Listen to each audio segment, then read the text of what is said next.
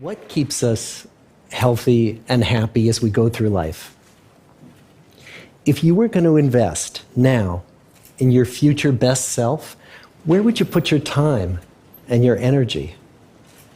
There was a recent survey of millennials asking them what their most important life goals were. And over 80% said that a major life goal for them was to get rich. And another 50% of those same young adults said that another major life goal was to become famous. And we're constantly told to lean into work, to push harder and achieve more. We're given the impression that these are the things that we need to go after in order to have a good life. Pictures of entire lives, of the choices that people make and how those choices work out for them, those pictures are almost impossible to get.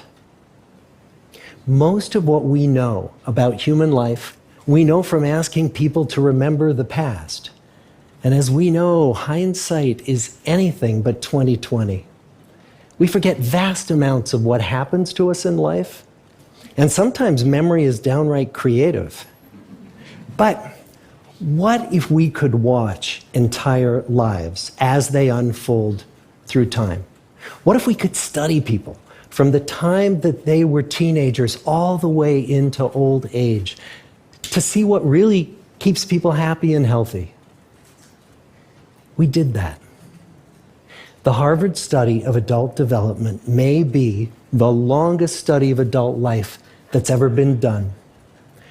For 75 years, we've tracked the lives of 724 men. Year after year, asking about their work, their home lives, their health, and of course, asking all along the way without knowing how their life stories were going to turn out. Studies like this are exceedingly rare. Almost all projects of this kind fall apart within a decade because too many people drop out of the study, or funding for the research dries up, or the researchers get distracted, or they die, and nobody moves the ball further down the field. But through a combination of luck and the persistence of several generations of researchers, this study has survived.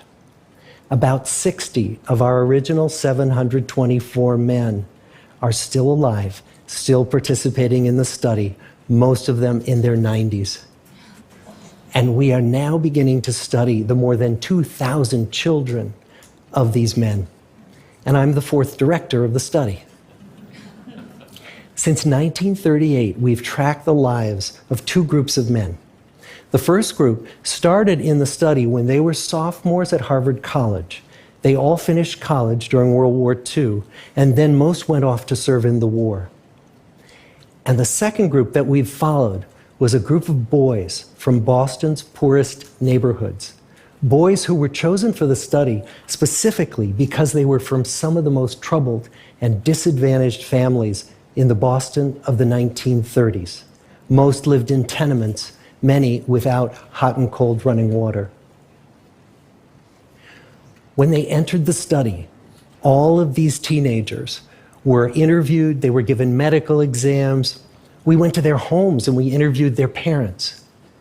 And then these teenagers grew up into adults who entered all walks of life. They became factory workers and lawyers and bricklayers and doctors, one president of the United States. Some developed alcoholism, a few developed schizophrenia. Some climbed the social ladder from the bottom all the way to the very top, and some made that journey in the opposite direction. The founders of this study would never in their wildest dreams have imagined that I would be standing here today, 75 years later, telling you that the study still continues. Every 2 years, our patient and dedicated research staff calls up our men and asks them if we can send them yet one more set of questions about their lives. Many of the inner city Boston men ask us, "Why do you keep wanting to study me? My life just isn't that interesting." The Harvard men never asked that question.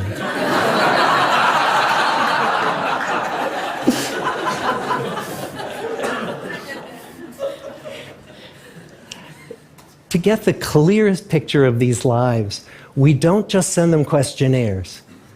We interview them in their living rooms.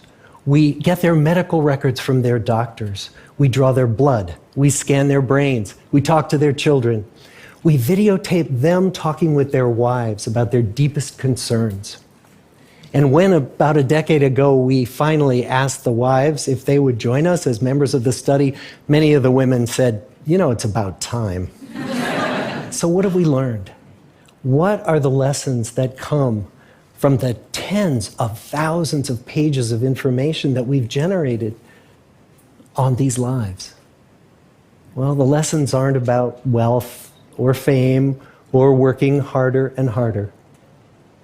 The clearest message that we get from this 75-year study is this: good relationships keep us happier and healthier, period. We've learned 3 big lessons about relationships. The first is that social connections are really good for us and that loneliness kills. It turns out that people who are more socially connected to family, to friends, to community are happier, they're physically healthier, and they live longer than people who are less well connected. And the experience of loneliness turns out to be toxic. People who are more isolated than they want to be from others find that they are less happy, their health declines earlier in midlife, their brain functioning declines sooner, and they live shorter lives than people who are not lonely. And the sad fact is that at any given time, more than 1 in 5 Americans will report that they're lonely. And we know that you can be lonely in a crowd and you can be lonely in a marriage. So the second big lesson that we learned is that it's not just the number of friends you have, and it's not whether or not you're in a committed relationship, but it's the quality of your close relationships that matters. It turns out that living in the midst of conflict is really bad for our health. High conflict marriages, for example, without much affection, turn out to be very bad for our health, perhaps worse than getting divorced. And living in the midst of good, warm relationships is protective. Once we had followed our men all the way into their 80s, we wanted to look back at them at midlife and to see if we could predict who was going to grow into a happy, healthy octogenarian and who wasn't. And when we gathered together everything we knew about them at age 50, it wasn't their middle-aged cholesterol levels that predicted how they were going to grow old. It was how satisfied they were in their relationships. The people who were the most satisfied in their relationships at age 50 were the healthiest at age 80. And good, close relationships seem to buffer us from some of the slings and arrows of getting old. Our most happily partnered men and women reported in their 80s that on the days when they had more physical pain, their moods stayed just as happy. But the people who were in unhappy relationships, on the days when they reported more physical pain, it was magnified by more emotional pain. And the third big lesson that we learn about relationships and our health is that good relationships don't just protect our bodies, they protect our brains. It turns out that being in a securely attached relationship to another person in your 80s is protective. That the people who are in relationships where they really feel they can count on the other person in times of need, those people's memories stay sharper longer.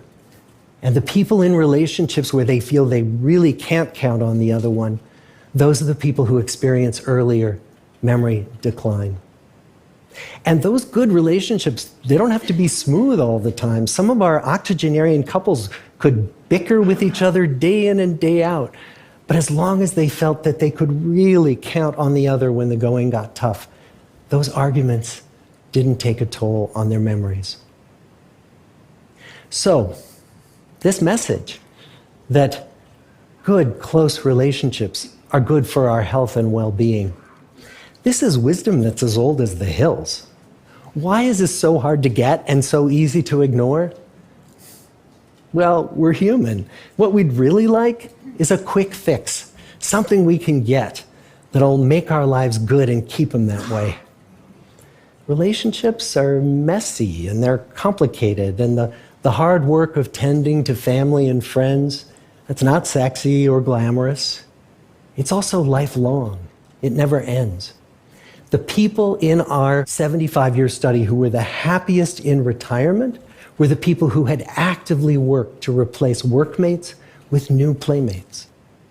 Just like the millennials in that recent survey, many of our men, when they were starting out as young adults, really believed that fame and wealth and high achievement were what they needed to go after to have a good life.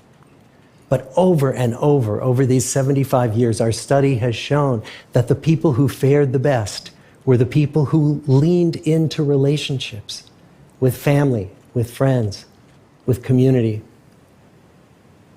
So what about you?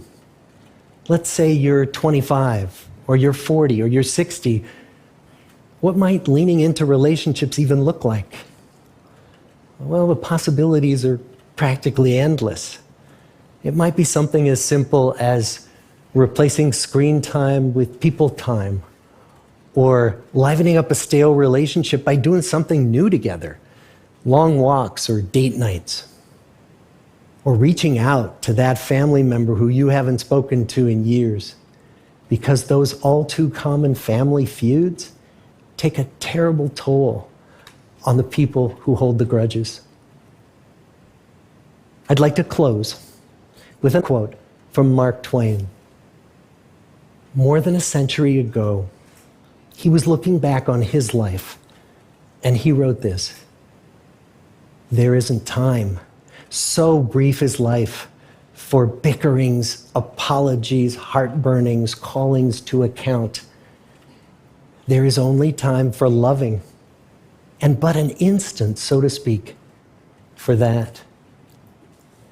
The good life is built with good relationships. Thank you.